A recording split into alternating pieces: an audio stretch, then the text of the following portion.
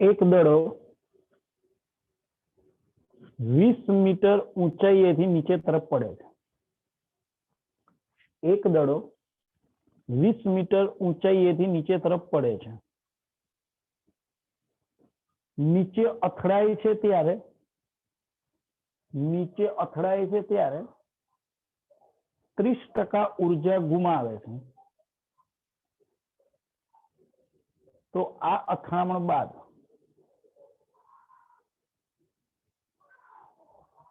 દડો કેટલો ઉછળશે? આ અથડામણ બાદ દડો કેટલો ઉછળશે? બોલો ક્લિયર? રકમ લખાઈ ગઈ બધાને?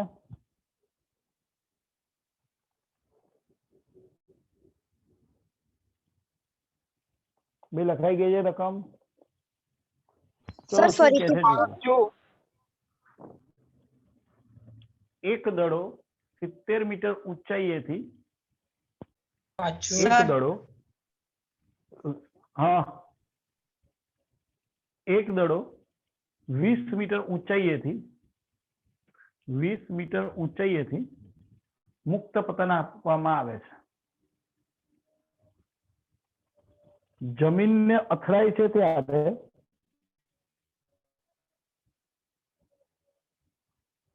30% ऊर्जा गुमावे छे। जमीन ने અથડાય છે ત્યારે 30% ऊर्जा गुमावे छे। तो અથડામણ બાદ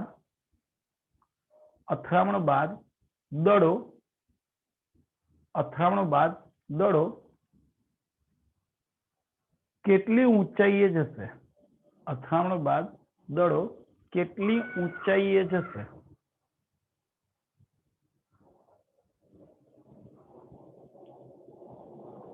બોલો ભાઈ, ક્લિયર છો? લખાઈ ગયું છે ભાઈ? શું કહે છે જુઓ, દડાને ક્યાંથી આપણે મુક્ત પતન આપવાનું કીધેલું છે? તો 20 મીટર ઊંચાઈથી દડાને મુક્ત પતન આપીએ છીએ। સમજો, આપણે દડાને જે મુક્ત પતન આપીએ છીએ એ 20 મીટર ઊંચાઈથી આપ્યું। ચલો, આ 20 મીટર ઊંચાઈ છે। અહીંથી દડો નીચે પડ્યો, અથડાયો, એટલે 30% ઊર્જા ગુમાઈ। કેટલી ઊર્જા રહી? એની સાથે 70% ઊર્જા બાકી રહી। આટલી ઊર્જા સાથે દડો ધારી લો કે આટલે સુધી પહોંચે છે, H2 સુધી। દડો અહીંયા સ્થિર થઈ જશે, એટલે આટલી સ્થિતિ ઊર્જા જે હતી એ સ્થિતિ ઊર્જામાંથી જે 70% સ્થિતિ ઊર્જા બાકી રહી, કારણ કે 30% તેને ગુમાવી દીધી, એને આટલે સુધી પહોંચાડી શકે। એટલે આપણે આવું કહી શકીએ કે ભાઈ નવી સ્થિતિ ઊર્જા mgh2 એ શરૂઆતની જે સ્થિતિ ઊર્જા હતી એના 70% હશે। 70% એટલે 0.7। ચલો, બંને બાજુ mg કેન્સલ, તો H2 બરોબર શું થશે ભાઈ? 0.7 H1। ભાઈ 0.7 એમના એમ, H1 20 આપેલું છે, ધેટ મીન્સ 1.4 મીટર સુધી જશે।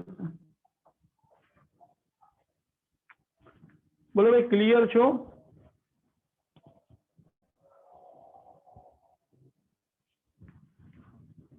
સોરી, 14 મીટર થશે ને, 20 છે, 14 મીટર ઉપર જશે। બોલો ભાઈ, ક્લિયર છો? લખો નવો પ્રશ્ન।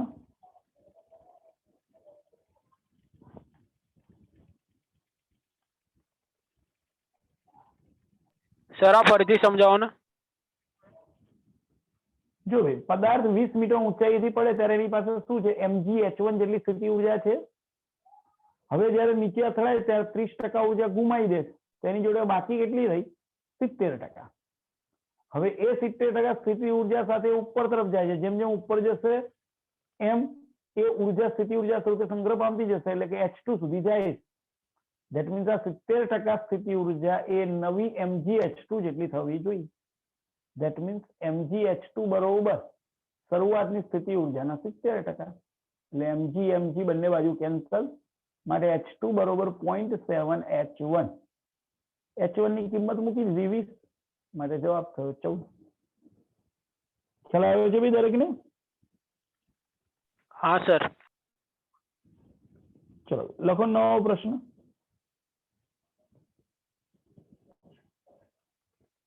દસ કિલોગ્રામ દળનો બ્લોક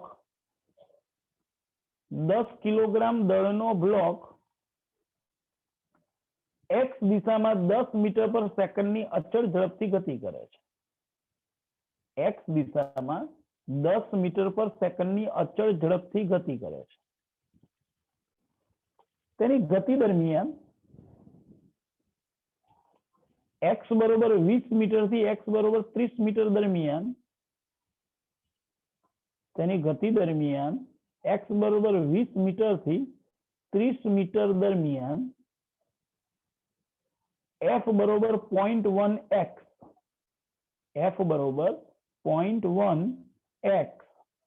ન્યૂટનનું અવરોધ બળ અનુભવે છે.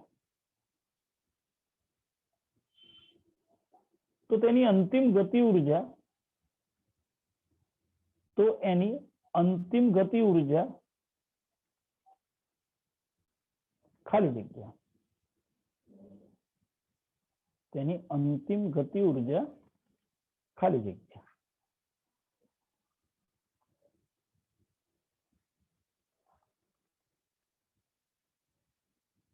બોલો ભાઈ, ક્લિયર છો?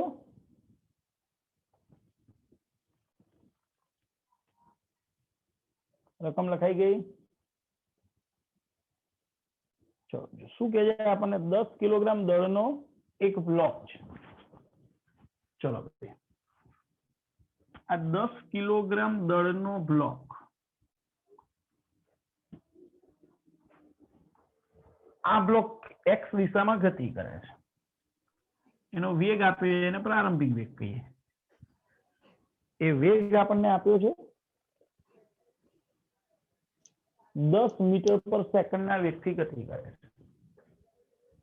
10 મીટર પર સેકન્ડના વેગથી તે ગતિ કરે છે. એટલે એની પ્રારંભિક ગતિ ઉર્જા ટૂંકમાં આપણી જોડે છે એવું કહી શકાય. ચલો આગળ આપણે જોઈએ તો આપણને કહે છે કે તેની ગતિ દરમિયાન તે x બરોબર 20 થી 30 મીટર દરમિયાન તેની પર ગતિ અવરોધક બળ લાગે છે. x બરોબર 20 મીટર થી x બરોબર 30 મીટર દરમિયાન તેની પર ગતિ અવરોધક બળ લાગે છે 0.1x ન્યૂટન. આવું ગતિ અવરોધક બળ લાગે છે. તો આપણને પ્રશ્ન કરેલો છે તો તેની અંતિમ ગતિ ઉર્જા શું થાય? એની અંતિમ ગતિ ઉર્જા શું થાય? જો ભાઈ અહીંયા તો કાર્ય ઉર્જા પ્રમેય લેવું પડશે, કારણ કે બળ આપેલું છે અને ગતિ ઉર્જાની વાત કરવાની છે. W બરોબર ડેલ્ટા કે કાર્ય ઉર્જા પ્રમેય. અહીંયા આગળ x બરોબર 20 થી x બરોબર 30 સુધી x બદલાય એમ બળ તો બદલાય, એટલે ચલબળનો કિસ્સો એટલે કાર્યનું સૂત્ર ઇન્ટિગ્રેશન f dx, કારણ કે x અક્ષની દિશામાં છે. લિમિટ x1 થી x2 ઇઝ ઇક્વલ ટુ ભાઈ ગતિ ઉર્જામાં થતો ફેરફાર k2 minus k1. k2 minus k1. ચલો ભાઈ અહીંયા આગળ ઇન્ટિગ્રેશન f ની કિંમત આપેલી છે આપણને 0.1x. 0.1 અચળ છે એટલે બહાર લીધો મેં x આ dx. x1 ની કિંમત 20 થી 30 સુધી. ચલો ભાઈ આ અવરોધક બળ લાગે છે એટલે માઇનસ લખવું પડશે ને. બળ અવરોધક બળ છે, તમે અહીંયા માઇનસ મૂકી જ દો પહેલેથી એટલે ખ્યાલ રહે. ભાઈ આ અવરોધક બળ લાગે છે. Okay is equal two K2 શોધવાના છે, અંતિમ ગતિ ઉર્જા શોધવાની માઇનસ પ્રારંભિક ગતિ ઉર્જા હાફ mv0 સ્ક્વેર, ચલો માઇનસ 0.1 એમના એમ इंटीग्रेशन x dx એટલે x સ્ક્વેર બાય 2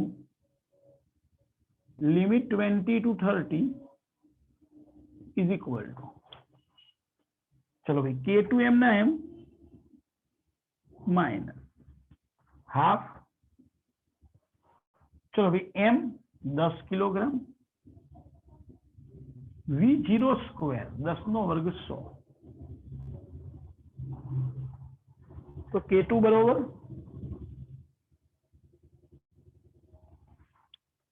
બે આ માઇનસ ની કિંમત આ તરફ આવશે અને અહીંયા લિમિટ મૂકતા જઈએ એટલે માઇનસ 0.1, ચલો x અપર લિમિટ છે 30 નો વર્ગ 900 માઇનસ લોઅર લિમિટ છે 20 નો વર્ગ 400 ભાગ્યા 2, ચલો ભાઈ હવે આ માઇનસ 1000 ભાગ્યા 2 એટલે માઇનસ 500 જે આ તરફ આવે એટલે પ્લસ 5,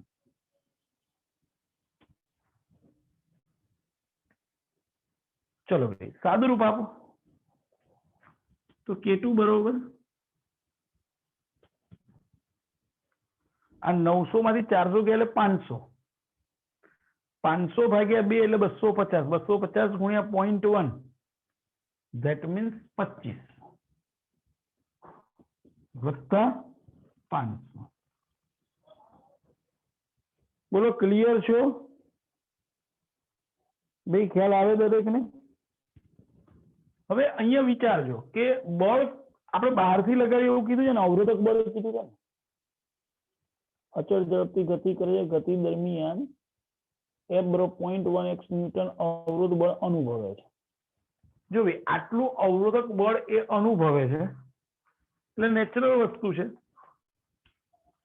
કે આ બળને કારણે જે કંઈ કાર્ય થશે એ કાર્ય વિરુદ્ધ એને ગતિ ચાલુ રાખવા માટે આટલી ઉર્જા ગુમાવવી પડતી હશે, તો એની પાસે રહેશે કેટલી ઉર્જા?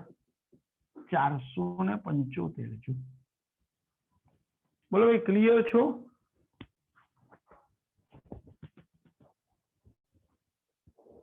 બોલો ભાઈ ખબર પડે બધાને?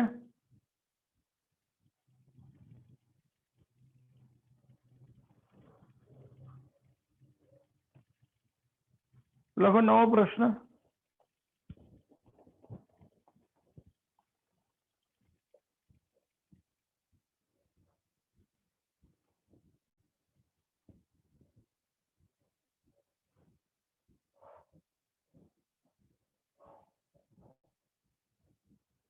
વીસ કિલોગ્રામ અને 5 કિલોગ્રામ, 20 કિલોગ્રામ અને 5 કિલોગ્રામ દળના બે પદાર્થો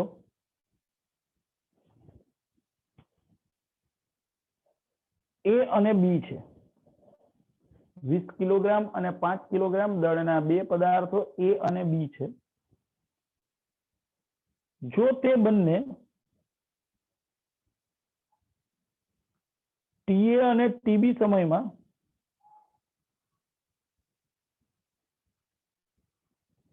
TA અને TB સમયમાં 5 કિલોગ્રામ વજનને લીધે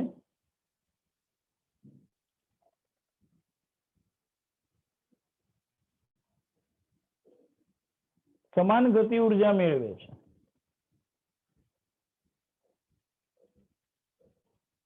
સમાન ગતિ ઉર્જા મેળવે છે.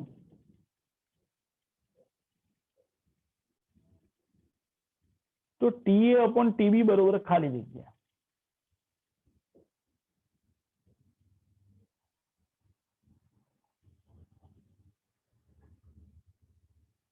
બોલો ભાઈ ક્લિયર છો? હા સર. ઓકે ચલો શું કીધું છે જો 20 કિલોગ્રામ અને 5 કિલોગ્રામ દળના બે પદાર્થો A અને B છે. જો ભાઈ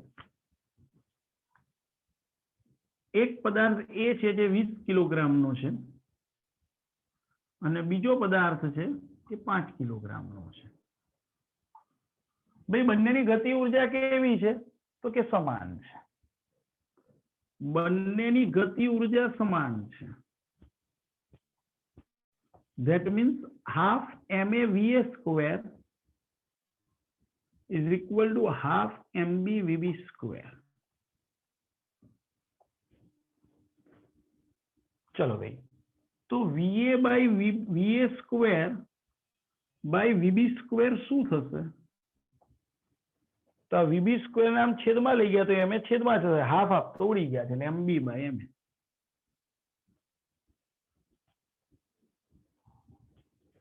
ભાઈ mb છે 5 એટલે 5 ભાગ્યા ma છે 20. ભાઈ 5 by 20 that means 1 by 4. ભાઈ આ તો va square by vb square છે તો va by vb શું થશે? તો va by vb is equal to 1 by 2. ચલો ભાઈ va by vb આપણને મળી ગયું 1 by 2. પણ આપણને va by vb નથી માંગ્યું. આપણને એવું કીધું છે કે ભાઈ આ ta અને tb જેટલા સમયમાં આટલી ગતિ ઉર્જા પ્રાપ્ત થયેલી છે. તો આપણને ખબર છે કે ભાઈ વેગમાન બરોબર બળનો આઘાત f into delta t.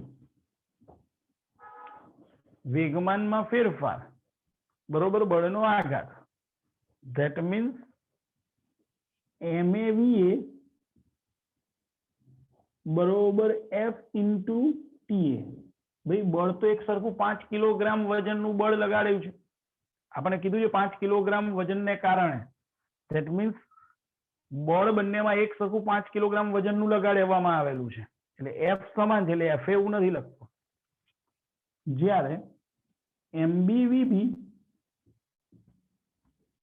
is equal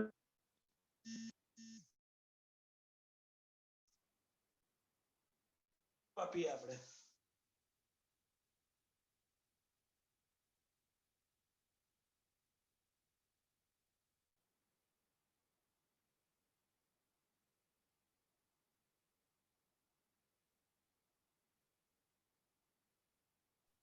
sir તમારો વોઇસ નહીં આવતો.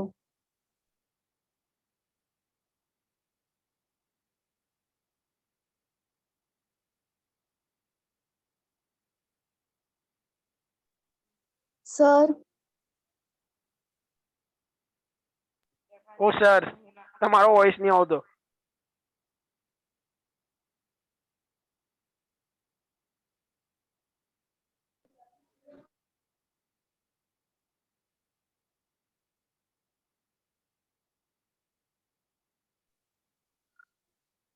Hello sir. તમારો અવાજ નથી આવતો.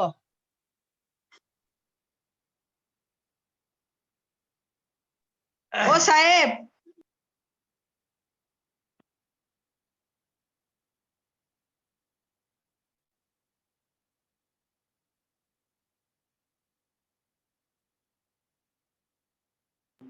ઓ સર, સર અવાજ નથી આવતો.